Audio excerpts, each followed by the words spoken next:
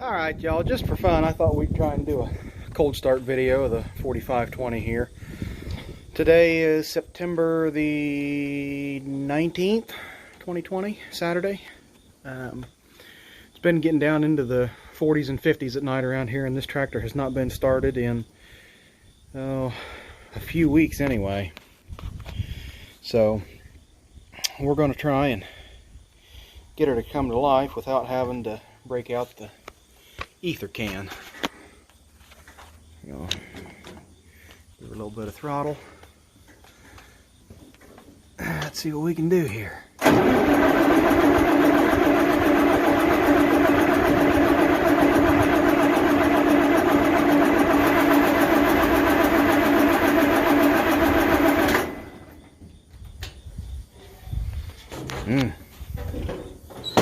Hold on a second.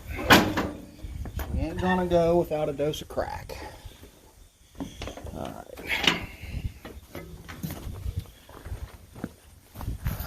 Let's see, I think I seen a can of it down here somewhere. Now once I find the ether can, I don't know how this video is going to go, because I'm probably going to have to lay the phone down and use two hands, because I don't like spraying that stuff in unless the engine is rolling over. So I'll have to have one hand for the key switch, the other hand for the ether can. And I wasn't born with three.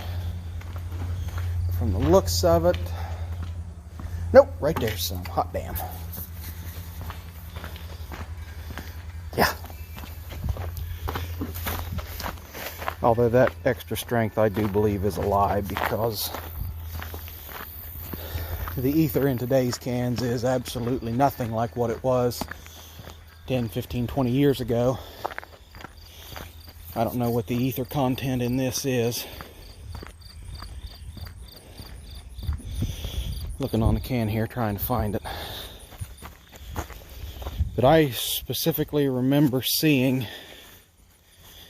on the John Deere ether cans, and it may still be, but I remember seeing something like 75 or 80% ether in those. Pretty strong dose when you get to thinking of it. Alright.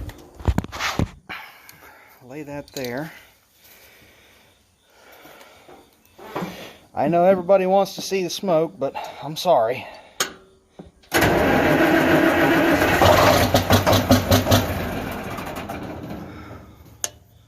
Almost.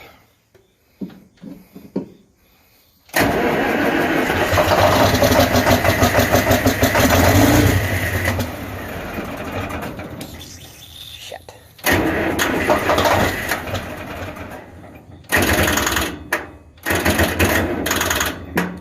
Really? Okay, well, I guess that's all we get, because the batteries are giving up on me.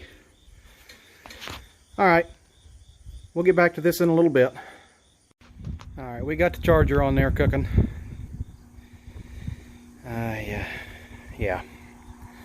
I've threatened in the past to put one of those quick disconnect charging setup things on here. It's got an insulated lug that you can mount remotely with a short cable.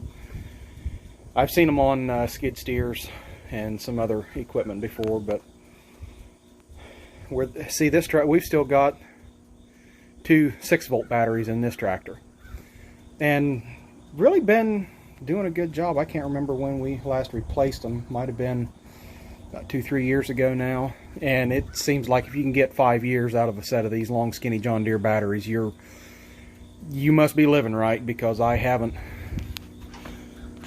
It seems like since the 2008 recession, we haven't been able to find batteries, these long skinny batteries, that'll last more than 2, maybe 3 years. So it might be getting time to do that again. But anyhow, sorry, I'm getting windy. We hook right straight to the starter because it's, you know, that charger will do 6 volts, but You know, charging one battery at a time just doesn't make a lot of good sense, and we can't seem to be able to hook to one battery and then the other with this charger and make it work. So we just do the one on the bolt and the one there at the starter and let it cook for a while. That seems to have always done us good in the past. Temperamental cuss. Of course, I don't know, I can't bitch too much because it has been getting kind of cold at night. Don't pay any attention to that red combine down there. That doesn't belong to us.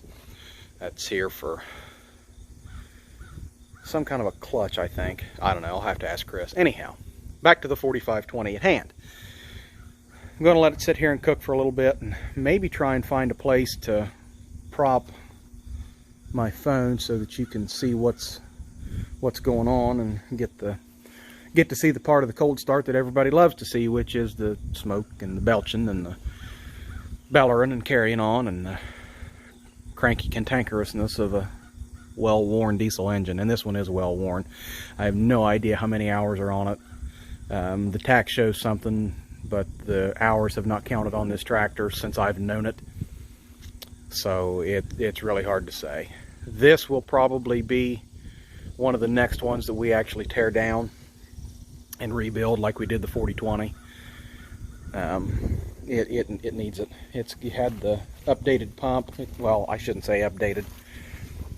We've changed it over to a DB pump, and it's got brand new injectors in it, and it still does not idle as smooth or run idle as smooth as what it should. It doesn't really sound bad, but there's just, I don't know. If you go back to the original walk around video I did of this tractor, you'll hear the way it used to run, and you can compare that to how it runs now. So it runs better. It does run better. That CB pump and the old injectors, they definitely weren't helping it, but it's still just not, it's not as smooth as a John Deere ought to be, we'll put it that way. So anyhow, I've rambled on again for another 4 minutes. I'll get back to cranking on it here shortly. Let's see what you can see there. Okay, you can see the stack.